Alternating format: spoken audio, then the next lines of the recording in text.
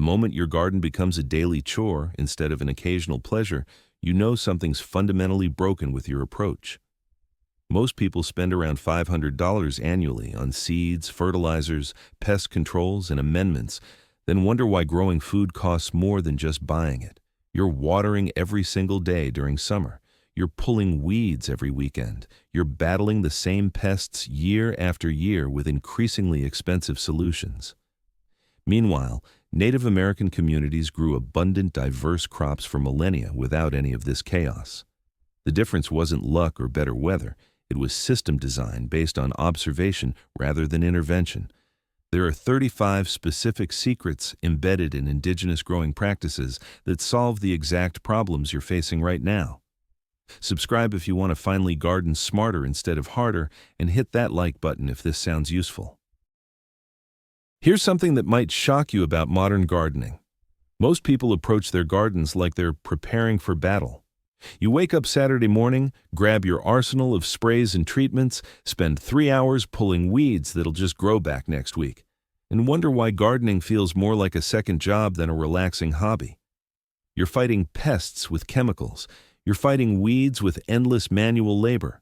You're fighting soil depletion with expensive amendments you haul home from the garden center every spring. But here's the reality nobody talks about. You're not actually fighting nature. You're fighting the consequences of working against it.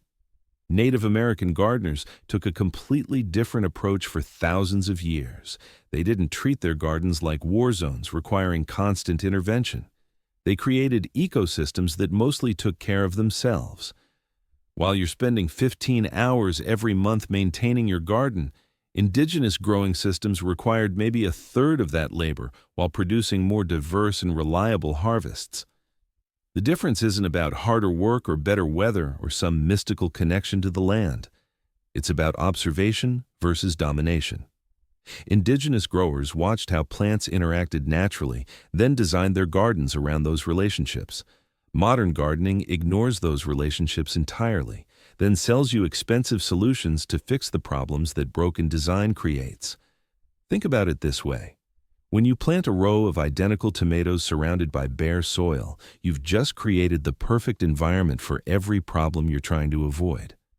Pests love monocultures because they can move from plant to plant without obstacles. Weeds love bare soil because nothing's competing with them for space.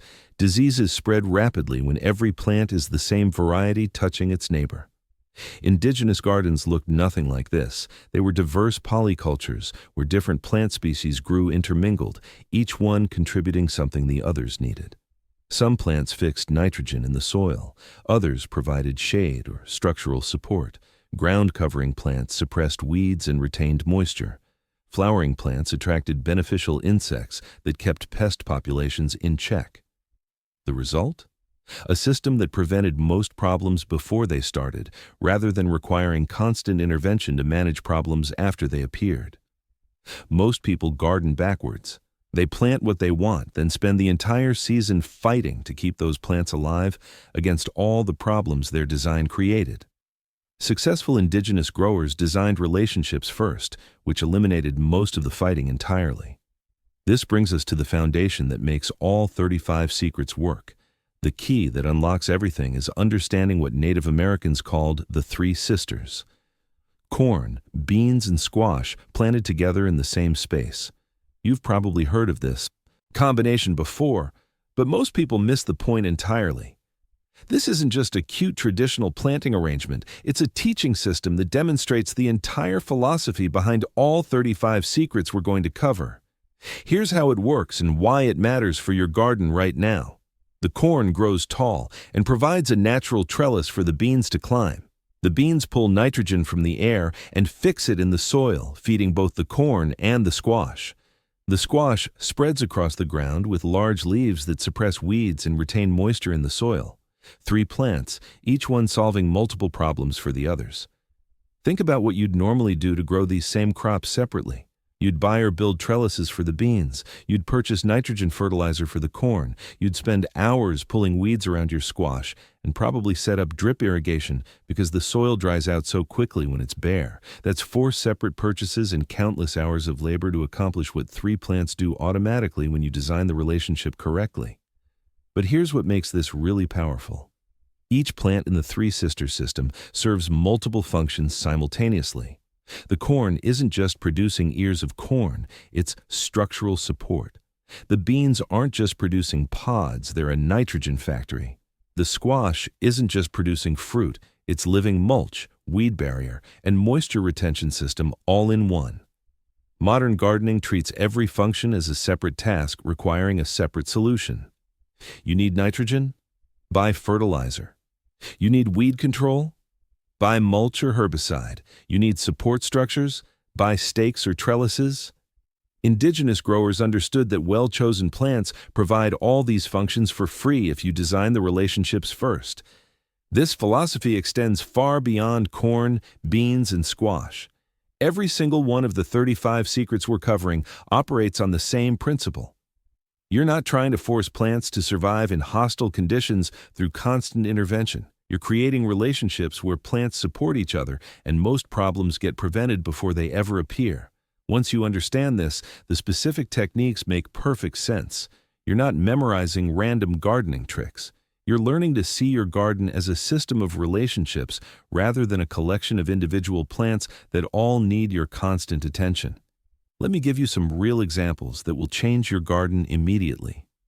You probably know about the Three Sisters, but what you don't know is that there are dozens of other companion planting combinations that Native American growers used across different regions and climates. These relationships solve the exact pest and disease problems you're currently fighting with expensive sprays and treatments. Start with marigolds planted throughout your tomato beds, not in a separate decorative border, but actually interplanted among the tomatoes themselves. Marigolds deter hornworms, whiteflies, and aphids through their scent. You're essentially creating a chemical barrier that pests avoid, except you're not buying chemicals or spending time applying them. Nasturtiums work as sacrificial trap crops. Plant them near your beans, cucumbers, or any crop that aphids love. The aphids will infest the nasturtiums first, leaving your actual food crops alone. When the nasturtiums get overwhelmed, you just pull them out and compost them, aphids and all. One plant solves your aphid problem without a single spray. Sunflowers paired with cucumbers or pole beans give you a living trellis system that also provides afternoon shade regulation. The sunflowers grow first and establish their thick stalks. Then the vining crops use those stalks for support while benefiting from partial shade during the hottest part of the day. You just eliminated the need to buy and install trellising, and you got bonus sunflower seeds as a harvest. But here's where it gets interesting. Indigenous growers didn't use the same companion plantings everywhere. Southwest growers paired tepary beans with drought-resistant corn varieties because both plants had adapted to low water conditions. Northeast growers used different bean varieties with taller corn suited to shorter growing seasons and more rainfall. The principle was universal, but the specific plant selections adapted to local conditions. Native pollinator plants got integrated throughout the entire garden, not segregated into a separate pollinator section like modern gardeners do. Wild bergamot, sunflowers, and native asters scattered among food crops ensured constant pollinator presence right where it was needed. More pollination means better yields without doing anything except planting the right flowers in the right places. Think about it this way. You're currently paying for trellises, pest sprays, and pollinator attractants as separate purchases.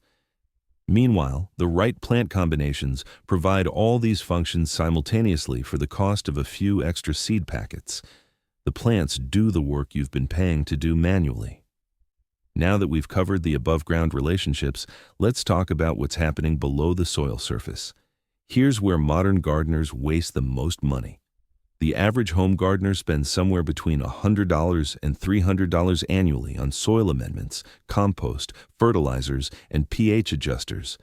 You're buying bags of nitrogen fertilizer, hauling in compost by the truckload, and constantly trying to fix soil that never seems to improve. Meanwhile, indigenous growers built permanent soil fertility without purchasing anything at all. The secret is understanding that soil building isn't a separate task you do before planting. It's a continuous process embedded directly into your garden design through the plants you choose and how you arrange them. Nitrogen-fixing plants are the foundation. Beans, peas, clover, lupins, and vetch all pull nitrogen from the air and convert it into a form that other plants can use. But here's what most people miss. You don't just plant these in one area and hope the nitrogen spreads around. You integrate them throughout your entire garden, so every heavy feeder has a nitrogen source nearby. Indigenous growers practiced what we'd now call chop and drop mulching long before it became a trendy permaculture technique. As plants finished producing or certain leaves aged, they'd cut them back and leave the material right on the soil surface. That organic matter breaks down, feeds soil microorganisms, and returns nutrients directly where they're needed. You're not hauling plant waste away to a compost pile, then hauling finished compost back to the garden. The composting happens in place.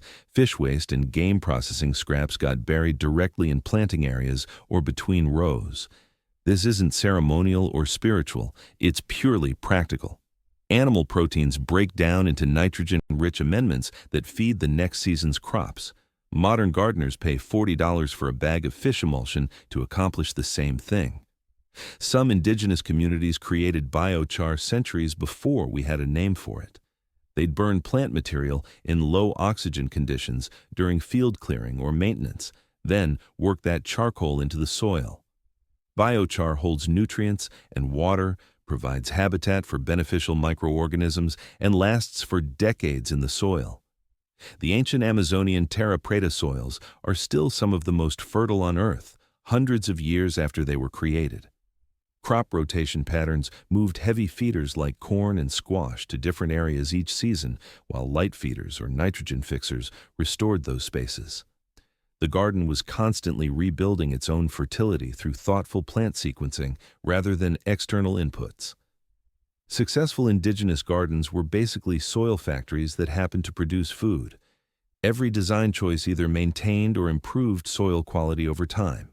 Modern gardens extract nutrients season after season, then wonder why everything needs fertilizer.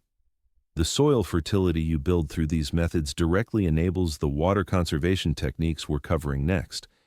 Here's something that might blow your mind about water. The average modern gardener with a 200 square foot plot spends about 20 minutes daily watering during peak summer. That's roughly 60 hours over a typical 5-month growing season.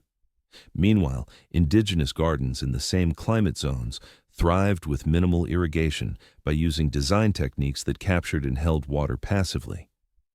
The difference isn't access to better water sources. It's understanding that your garden's design determines whether you're constantly adding water or whether the system holds what nature provides. Hugelkultur-style mound planting was used across multiple indigenous cultures long before permaculture gave it a German name. You're burying wood and organic matter and beneath your planting areas. As that material decomposes over years, it acts like a sponge that holds moisture and releases it slowly to plant roots. First-year mounds still need regular watering, but by year 2 or 3, they're holding enough moisture that you're watering maybe once weekly instead of daily. Squash and melon varieties with large leaves function as living mulch when planted densely. Those huge leaves shade the soil surface, dramatically reducing evaporation. The soil stays moist longer, which means you're watering less frequently. Modern gardeners buy bags of mulch to accomplish what squash plants provide, while also producing food. Southwest indigenous communities developed waffle gardens, which are sunken planting beds surrounded by raised earthen walls. When you water or when it rains, the walls trap moisture in the depression where your plants are growing instead of letting it run off. The same amount of water goes roughly twice as far compared to flat ground planting, where half of it flows away. Swales placed on contour across sloped areas harvest rainwater passively. Indigenous growers understood that water flows downhill, so they created shallow ditches that caught runoff and spread it along the contour line. The water soaks in slowly rather than running off quickly. You're essentially extending every rainfall event by several days' worth of available moisture. Dense polyculture planting creates its own humidity microclimate. When plants are growing close together with different heights and leaf types, they shade each other and reduce the drying effects of wind and direct sun. The air around the plant stays more humid, which reduces how much water each plant loses through transpiration. Timing matters too. Indigenous growers watered in early morning or evening when evaporation rates were lowest, but more importantly, they timed watering to match plant needs rather than human convenience. Deep watering every few days encourages root systems to grow downward, seeking moisture, making plants more drought-resistant. Daily shallow watering keeps roots near the surface where they're vulnerable to heat stress. Think about someone watering their garden for 20 minutes every single day during a 5-month season. That's 50 hours they'll never get back. Compare that to someone who uses these design principles and waters deeply maybe twice weekly. They're spending maybe 15 hours total for the entire season while getting better plant performance. Now that we've covered water conservation, let's talk about how to eliminate your annual seed purchases entirely. But here's where the real freedom comes in. Most gardeners spend between $30 and $80 every single spring buying seeds from catalogs and garden centers. You're purchasing varieties that someone else selected, bred for commercial growing conditions that probably don't match your garden. And you're doing this year after year after year. Indigenous growers took a completely different approach that gave them both better adapted plants and complete independence from external seed sources. Dry seed saving is remarkably simple for beans, peas, corn, squash, and many other crops. You let the best plants fully mature their seeds, harvest those seeds, dry them completely, and store them in a cool, dry place. That's it. No special equipment needed. The beans you're eating for dinner can become next year's seed stock if you just let a few pods dry on the vine instead of picking them young. But here's what makes this powerful beyond just saving money. Indigenous communities developed land races, which are plant varieties adapted to specific local conditions over many generations of selection. Each year, they'd save seeds from the plants that performed best in their particular garden. Plants that handled their specific soil, their rainfall patterns, their temperature extremes, and their pest pressures. Over time, those seeds became perfectly tuned to that exact location in ways that commercial varieties never could be. Modern gardeners buy the same hybrid tomato seeds every year that were bred for California growing conditions, then wonder why they struggle in humid Georgia or dry Colorado. Meanwhile, someone developing their own landrace would have tomatoes that thrive specifically in their microclimate after just 3 or 4 generations of selection. Succession planting gets timed by observation rather than calendar dates. Indigenous growers watched phenological indicators, like when certain wild plants flowered, when specific trees leafed out, or when particular insects emerged. These natural signals indicated soil temperature and day length more accurately than any calendar could because they're responding to the same conditions your crops need. You're not planting by dates that might be wrong for your specific location this specific year. Volunteer plants were managed strategically rather than pulled as weeds. If a squash or tomato self-seeded in a good location, indigenous growers often let it grow because those volunteers were demonstrating their adaptation to local conditions. The plant decided for itself when and where to grow. Perennial food plants eliminate the need to replant entirely.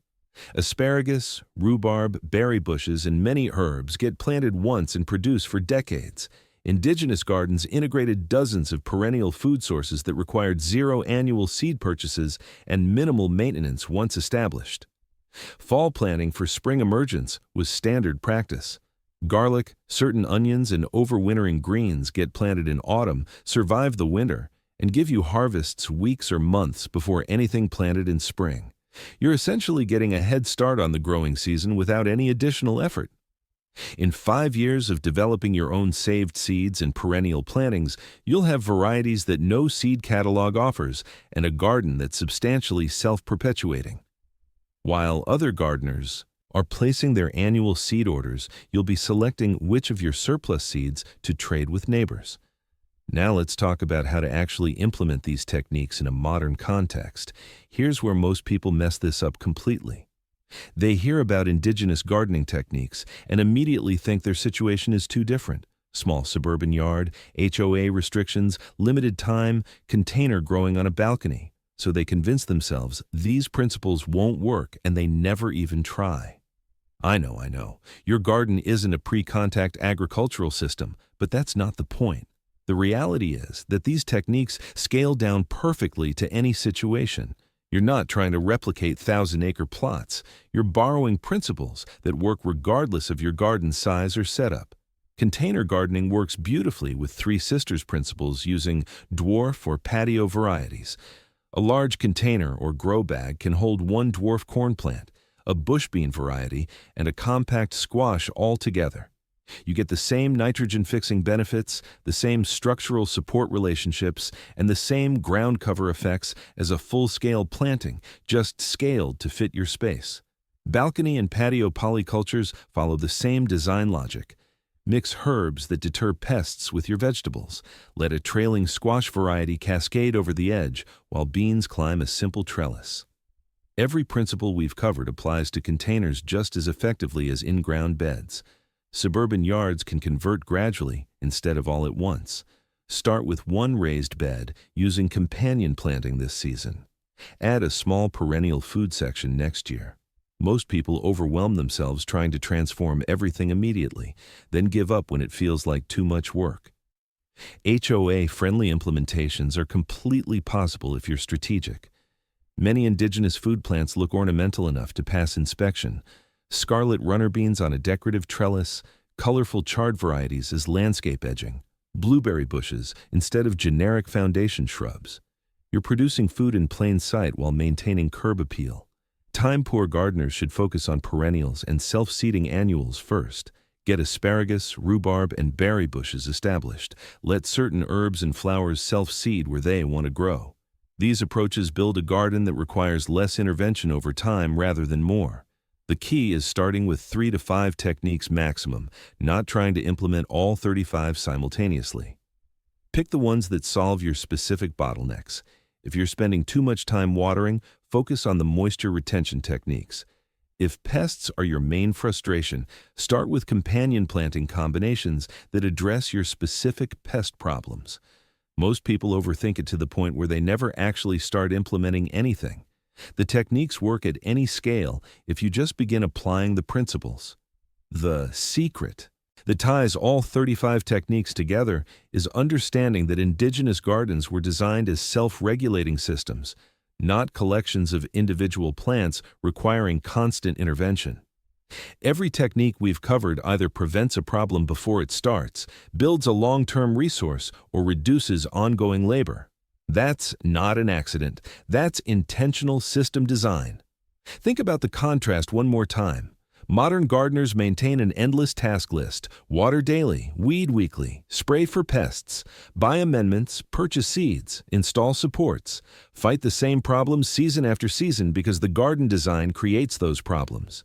Indigenous approaches flip this completely. Companion planting prevents pest problems.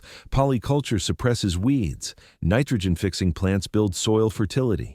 Strategic plant placement conserves water, saved seeds eliminate annual purchases, perennials reduce replanting labor. Each technique makes the others more effective because they're working together as a system. Here's what this means for your implementation. Pick the techniques that address your specific bottlenecks first. If you're exhausted from daily watering, start with the moisture retention strategies. If weeding takes all your time, focus on ground cover plants and dense polyculture. If pests are your nightmare, begin with companion planting combinations that target your specific pest problems. The techniques compound over time. Year 1, you're still learning and establishing relationships. Year 2, the perennials are producing, the soil is building, and you're already watering less. Year 3, your saved seeds are adapted to your conditions, volunteer plants are appearing in smart locations, and you're spending maybe a third of the time you used to spend while harvesting more food. In 2 or 3 growing seasons, you'll wonder why everyone doesn't garden this way. You'll watch your neighbors fighting their gardens every weekend, while yours basically runs itself with occasional guidance.